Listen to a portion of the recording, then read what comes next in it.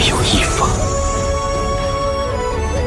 花。 पिछले एपिसोड में वांग लिन ने मास्टर फुजी से अपना बदला ले लिया था और अब वो कहीं पर जाने के लिए रेडी हो गया था। फिर अगले सीन में हम देखता है कि वांग लिन एक माउंटेन वाले एरिया से होकर गुजर रहा होता है, लेकिन तभी वो देखता है कि कोई कल्टीवेटर इसका जावा कंट्री से पीछा कर रहा है, लेकिन असल में वांग लिन इसके कल्टीवेशन को नहीं देख पा रहा था। इसीलिए हम देखता है कि वो अपने एंशिएंट इन्फॉर्मेशन का यूज करता है ताकि वो अपनी जान बचा कर यहाँ से निकल सके। तभी हम देखता है कि वो सीनियर भी इस पर अटैक करने के लिए कोशिश करता है, लेकिन फिर भी वांग लिन यहाँ से बचकर निकल गया था। फिर हमें पता चलता है कि इसका नाम नाडो है और फिर कहता है कि ये तो एंशिएंट इन्फॉर्मेशन का यूज करके मुझसे बचना चाहता है, और हम देखता है कि वो अभी भी तुरंत इस पर अटैक कर देता है। तब इसे देख वांग लिन भी इसके अटैक को रोकने के लिए कोशिश करता है, लेकिन हम देखता है कि वो असल में इसके सामने कुछ भी नहीं कर पाता। इसीलिए वो समझ जाता है कि इसका सामना करना इतना आसान नहीं होगा, और अब हम देखते हैं कि वो अपने मॉस्किटो का यूज करके यहाँ से भागने लगता है। मगर तभी हम देखता है कि नाडो को इसमें बिल्कुल जानी पहचानी सी पावर फील होती है और इसीलिए वो इस बात से हैरान होता है। वहीं वांग लिन कहता है कि अगर ऐसा ही चलता रहा तो फिर ये चीज तो मेरे लिए बहुत बड़ी प्रॉब्लम हो जाएगी, और अब इसीलिए हम देखता है कि वो अपने फॉरबिडन फ्लैग वाले पावर को एक्टिवेट कर लेता है। मगर तभी हम देखता है कि नाडो भी काफी स्पीड से इसके सामने आकर खड़ा हो गया था और वो इसके पास फॉरबिडन फ्लैग को देख हैरान होता है। इसके बाद नाडो वांग लिन से कहता है कि ये तो एक छोटा सा स्टार है, लेकिन मैंने कभी नहीं सोचा था कि यहाँ पर ऐसा मैजिक वेपन होगा। जिसके बारे में सुनकर वांग लिन सोचता है कि इसे मैंने जर्नी से पहले कल्टीवेट कर लिया था, नहीं तो मुझे लगता है कि अगर ये मेरे पास में नहीं होता तो अब तक पता नहीं इसने मेरे साथ में क्या किया होता। फिर वो नाडो से कहता है कि सीनियर आप तो काफी टाइम से मेरा पीछा कर रहे हैं, लेकिन मैं असल में इसके बारे में कुछ भी नहीं जानता, और इसीलिए क्या बता सकते हैं कि आखिरकार बात क्या है। तब यह सुनकर नाडो सोचता है कि मैं भी अपने कल्टीवेशन के पीक में था, मगर अब तो मेरे पास में केवल 3 सक्सेस पावर बची हुई है, और इसीलिए मुझे लगता है कि अगर मैंने इसके साथ में फाइट करने के लिए कोशिश किया तो शायद मेरी कल्टीवेशन फिर से नीचे आ जाएगी। अब इसीलिए वो वांग लिन से केवल इतना कहता है कि तुम मुझे वो स्टोरेज बैग दे दो जिसे कि तुम गॉड लैंड से लेकर आए थे। तब इसके बारे में सुनकर वांग लिन को भी इसके बारे में याद आ जाता है, क्योंकि उसे ट्रेजर पवेलियन में एक स्टोरेज बैग मिला था। अब इसीलिए वो नाडो से पूछता है कि क्या आप इसी के बारे में बात कर रहे हैं। तब इस पर नाडो भी कहता है कि हाँ, और फिर हम देखता है कि वांग लिन इसे दे देता है। तभी नाडो कहने लगता है कि सीरियस इंजरी की वजह से मेरी कल्टीवेशन ड्रॉप हो गई थी, इसीलिए मैं ट्रेजर खोजने के लिए गॉडलैंड में जाना चाहता था ताकि उसका यूज करके मैं अपने कल्टीवेशन को रिस्टोर कर सकूं। मगर ना चाहते हुए भी मैं वहाँ फाइट में इन्वॉल्व हो गया, जहाँ पर कि गुओमो और उसके लोग लगातार मेरा पीछा करने लगे थे। इसीलिए मैंने अपने पास वाले ट्रेजर को ट्रेजर पवेलियन में छिपा दिया, क्योंकि इसके अलावा मेरे पास में और कोई रास्ता नहीं था। और फिर मैंने सोचा था कि मैं बाद में जब इनसे बचकर यहाँ आऊंगा तो फिर मैं अपने ट्रेजर को ले लूंगा, लेकिन आखिरकार ये असल में तुम्हारे पास में आ गया। तब इस पर वांग लिन कहता है कि मैंने तो इसे लौटा दिया और अब इसीलिए मैं यहाँ से जा रहा हूँ। मगर तभी हम देखता है कि नाडो इस पर अटैक करने के लिए कोशिश करता है, इसीलिए वांग लिन भी अपने पावर का यूज करके इसे रोकता है, और हम देखता है कि वो इसके सामने कमजोर पड़ने लगा था। अब इसीलिए हम देखता है कि वो अपने लाइटनिंग वाले पावर का यूज करने के लिए रेडी हो जाता है, और इसी के साथ उसने अपने फॉर्मेशन को भी एक्टिवेट कर दिया था। जिसके बाद हम देखता है कि इसका पावर को देखते ही नाडो की हालत भी खराब हो जाती है, और हम देखता है कि वो तुरंत ही वांग लिन को रोक देता है। तब इस पर वांग लिन कहता है कि तुमने ही तो इसे शुरू किया, लेकिन अब क्या हो गया। तब इस पर नाडो कहता है कि अभी तुम जिस पावर का यूज करने वाले थे वह तो सच में काफी पावरफुल है, और इसीलिए जूनियर तुमने तो मुझे हैरान कर दिया।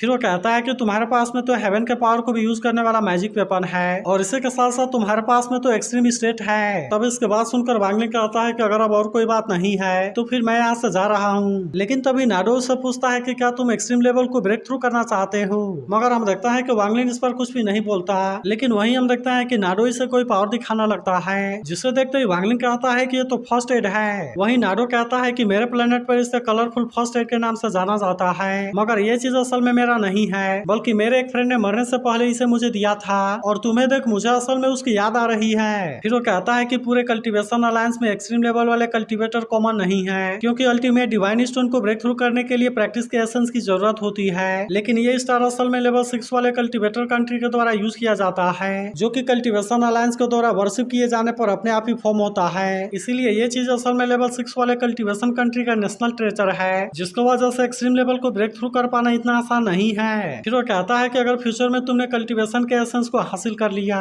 तब उसके बाद तुम तुम्हारे पास में यहाँ से निकलने की क्वालिफिकेशन हो जाएगी और फिर तुम मुझे 5 प्लेनेट के ऊपर खोज सकते हो। अब इतनी बात कहने के बाद हम लगता है कि नाडो यहाँ से गायब हो जाता है, जिसके बाद वांग लिन कहता अच्छा हुआ कि मेरे साथ में इसका फाइट नहीं हुआ, नहीं तो फिर ये चीज मेरे लिए भी काफी मुश्किल होती। अब अगले सीन में हम देखता है कि वो कल्टीवेशन करने के लिए कहीं आ गया था, जहाँ वो कहता है कि अगर मैं अपने क्लोन बॉडी में एक नाइट बन गया तो फिर हो सकता है कि मेरे पास में कल्टीवेशन एसेंस को हासिल करने का चांस हो। अब इसीलिए हम देखता है कि वो भी इसमें ज्यादा देरी नहीं करना चाहता था और कहता है कि जितना जल्दी हो सके मुझे ब्रेक थ्रू करना होगा। फिर वो कहता है कि इनकार्नेशन के लिए हेवन और अर्थ को मर्ज करने की जरूरत होती है और फिर उसके बाद ही मैं हेवन के रास्ते को समझ पाऊंगा। फिर वो कहता है कि मैंने अपनी आधी लाइफ केवल किलिंग में ही गुजार दी, लेकिन मुझे इनकारनेट होने के लिए मॉर्टल वर्ल्ड में जाना होगा। इसीलिए हम देखता है कि वांग लिन ने अपने कल्टीवेशन को छुपा लिया था और अब वो अपने क्लोन वाले बॉडी के साथ में बाहर जाने के लिए रेडी होता है। अब अगले सीन में हम देखता है कि वांग लिन यहाँ से बाहर आ गया था और वो अपने साथ में बहुत सारे हर्ब लेकर जा रहा होता है, मगर तभी हम देखते हैं कि इसी रास्ते से और भी कई सारे लोग गुजर रहे होते हैं और अब वे सभी यहीं पर रेस्ट करने के लिए डिसाइड करते हैं। तभी इनमें से लू नाम का आदमी वांग लिन के पास आकर के आता है कि मैंने तुम्हारे पास में तो बहुत सारा हर्ब देखा, इसीलिए क्या मैं जान सकता हूँ कि तुमने मेडिसिन की प्रैक्टिस की है। तब इस पर वांग लिन इसे हाँ में जवाब देता है, जिसके बाद लू इसे बताता है कि हम यहाँ से काफी आगे जा रहे हैं, लेकिन असल में मेरी एक मेड इंजर्ड है और इसीलिए क्या तुम उसे कोई मेडिसिन दे सकते हो। तब इस पर वांग लिन कहता है कि मुझे सबसे पहले पेशेंट को देखना होगा, जिसके बाद लुइस से बताता है कि अभी हमें यहाँ से अपने जगह में पहुंचने के लिए 7 दिन लगेंगे, लेकिन असल में एक डॉक्टर के द्वारा दिए गए मेडिसिन का इस पर कोई असर नहीं हो रहा। यह सुनकर वांग लिन सोचता है कि शायद इस तरह से वो मॉर्टल वर्ल्ड में इंटीग्रेट हो सकता है और अब इसीलिए हम देखता है कि वो इसके हेल्प करने के लिए रेडी हो गया था।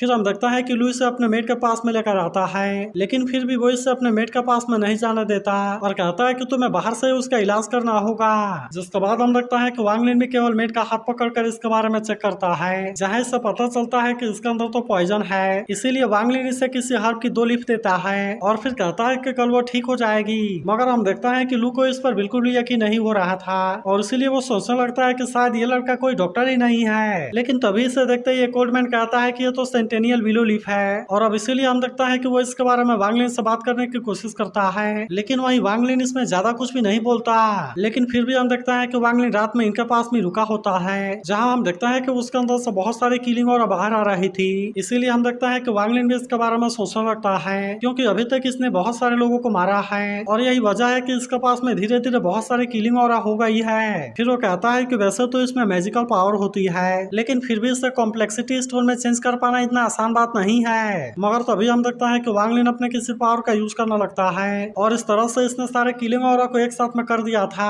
तभी लू इसके पास आकर कहता है कि तुम्हारी हर्ब तो सच में काम कर रही है और अब इसकी वजह से मेरे मेट की कंडीशन सही हो गई है। फिर हम देखता है कि वो वांग लिन को अपने साथ में ड्रिंक करने के लिए कहता है, जिसके बारे में सुनकर वांग लिन भी तुरंत इसके लिए मान गया था। तभी वांग लिन कहता है कि मुझे तो किसी के साथ में ड्रिंक हुए काफी टाइम हो गया, जिसके बारे में सुनकर लू हंसने लगता है। वहीं हम देखता है कि लू और उसके साथियों ने बहुत सारा ड्रिंक कर लिया था और वे सभी वहाँ पर काफी खुश होते हैं। वहीं उधर हम देखता है कि वांग लिन भी इसे बड़े ध्यान से देख रहा था और फिर वो कहता है कि मैंने तो आज तक ऐसा कुछ भी नहीं देखा, लेकिन तभी हम देखता है कि इसके पास में बहुत सारी स्पिरिचुअल पावर भी आने लगती है। जिसके बाद वो कहता है कि कुछ ही दिनों में मेरी स्पिरिचुअल हार्ट पूरी तरह से फ्री हो गई है, जिसके वजह से मैं तो ओरिजिनल अल्टीमेट लेवल को ब्रेक थ्रू करने में इतना आसानी से कामयाब हो गया, लेकिन ऐसा लगता है कि वे सभी कल्टीवेशन का आइडिया से काफी दूर हैं। अब अगले सीन में हम देखता है कि वांग लिन इनके साथ में कहीं पर निकल गया था, जहाँ पर कि वो ब्लैक पिलर की तरफ देखने लगता है, मगर तभी लू कहता है कि तुम इसके ऊपर ना घूरो, नहीं तो अगर किसी ने देख लिया तो ये प्रॉब्लम हो जाएगी। तब हम देखता है कि वांग लिन लू से ब्लैक पिलर के बारे में पूछता है, जिस पर लू बताता है कि असल में इमोर्टल का टॉम्ब है और यह जगह तो असल में हमारे साउदर्न कंट्री का कैपिटल भी है, इसीलिए चारों अलायंस के इमोर्टल यहाँ पर हैं। तब इस पर वांग लिन कहता है कि भले ही होस्ट कल्टीवेटर है, लेकिन फिर भी मॉर्टल वर्ल्ड को प्रोटेक्ट करना बहुत ही रेयर है। मगर तभी वो लू से पूछता है कि आखिरकार 4 फैमिली के अलायंस का क्या मतलब है, जिस पर लू कहता है कि मेरे कंट्री में इमोर्टल को कल्टीवेट करने वाले 4 मेजर सेक्टर हैं। जिसके बाद हम देखता है कि वो एक एक करके इससे सारी चीजों के बारे में बताने लगता है और फिर कहता है कि 16 डिमन को हंट करने वाला ब्लैक सोल सेक्टर असल में ब्लैक मिस्ट में छुपा हुआ है, लेकिन वहीं चारों सेक्टर असल में पूरी तरह से इंडिपेंडेंट है, जिसमें से हर कोई यहाँ से स्टूडेंट को अपने सेक्ट में लेकर जाता है ताकि अगर कोई बहुत बड़ी प्रॉब्लम आए तो हम एक दूसरे की हेल्प कर सके।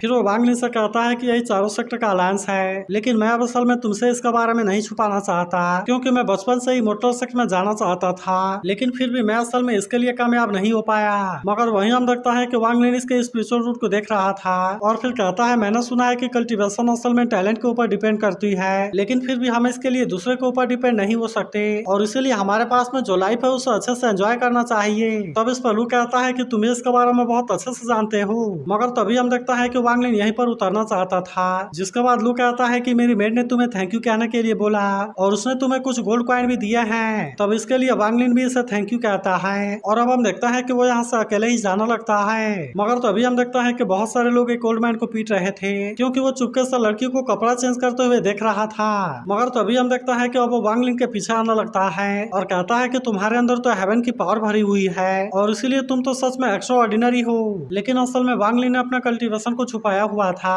और इसीलिए उसे यकीन होता है कि ओल्ड मैन इसके बारे में नहीं देख सकता। मगर फिर भी हम देखता है कि ओल्ड मैन इतना आसानी से इसका पीछा छोड़ने वाला नहीं होता और कहता है कि इनकार्नेशन के लिए तुम्हें गाइडेंस की जरूरत है और इसीलिए बिना गाइडेंस के तुम इसे नहीं कर सकते। तब इस पर वांगलिन हैरान होते हुए पूछता है कि तुम कौन हो, जिस पर वो कहता है कि तुम्हें इसके बारे में जानने की जरूरत नहीं है, लेकिन मुझे यह पता है कि इनकार्नेशन में पहुंचने के लिए मैं तुम्हारी हेल्प कर सकता हूँ। तब इसके बारे में सुनकर वांगलिन भी इस बात से हैरान हो गया था और फिर कहता है कि मैं इसके बारे में सुनना चाहता हूँ। लेकिन इस पर वो ओल्ड मैन कहता है कि मैं भूखा हूँ और फिर वो वांगलिन से कहता है कि मैं एक रेस्टोरेंट के बारे में जानता हूँ और इसीलिए चलो हम वहाँ पर चलकर खाते हुए बात करेंगे। तब हम देखता है कि वांगलिन भी आखिरकार इसके लिए मान गया था, जहाँ हम देखता है कि ओल्ड मैन ने बहुत सारा फूड ऑर्डर किया था और इसके बाद भी और भी कई सारे आइटम को ऑर्डर करने लगता है। मगर वहीं वांगलिन इसके हर एक बात को मानने के लिए रेडी होता है और फिर वो ओल्ड मैन से कहता है कि क्या आप तुम मुझे इसके बारे में बता सकते हो। तब इस पर वो कहता है कि तुम इसके लिए इतना परेशान क्यों होने लगे और कम से कम तुम मुझे खा तो लेने दो।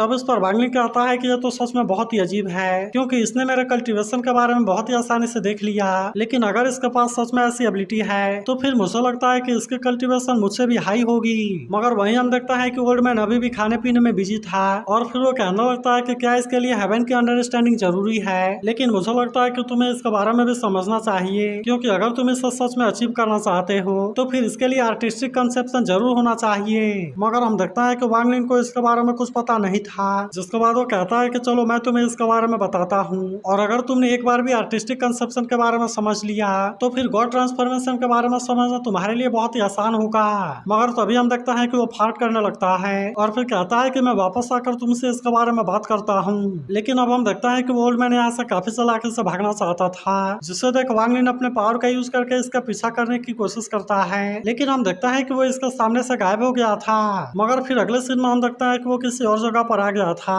जहाँ पर कि वो फिर से किसी और के साथ में इसी तरीके से बात करने लगता है और कहता है कि तुम्हारे अंदर तो पूरी तरह से हेवन की पावर भरी हुई है और सच में तुम तो बहुत ही एक्स्ट्राऑर्डिनरी हो। मगर हम देखता है कि वो आदमी इस पर ध्यान नहीं देता, जिसके बाद ओल्ड मैन कहता है कि अगर तुमने इसके बारे में गाइडेंस नहीं लिया तो फिर तुम इसके बारे में कुछ भी नहीं कर सकते। तब इसके बारे में सुनते ही वो आदमी भी इससे पूछता है कि तुम कौन हो। तब इस पर ओल्ड मैन पहले के जैसा ही कहता है कि तुम्हें इसके बारे में जानने की जरूरत नहीं है। मगर तभी हम देखता है कि दूर से वांगलिन भी ये सारी चीजें देख रहा था और फिर वो कहता है कि क्या सभी के साथ में इसी तरीके से बात करता है। तब हमें पता चलता है कि वांगलिन का ये डाउट सच में सही होता है क्योंकि वो ओल्ड मैन बहुत सारे लोगों को इसी तरह से अपने जाल में फंसाने के लिए कोशिश कर रहा था और वो सभी से बिल्कुल इसी के जैसे बात कर रहा था। मगर तभी हम देखता है कि लास्ट में ओल्ड मैन इसके तरफ तिरछे नजर से देखता है और फिर वो यहाँ से चला गया था। वहीं उधर हम देखता है कि वांगलिन कोई मकान रेंट पर लेना चाहता था और इसीलिए वो एक जगह को देखने आया होता है। मगर इसे देखते ही उसे अपने फैमिली के साथ बिताए हुए पल याद आने लगते हैं, जहाँ पर कि वो अपने मदर और फादर के साथ में काफी खुश था।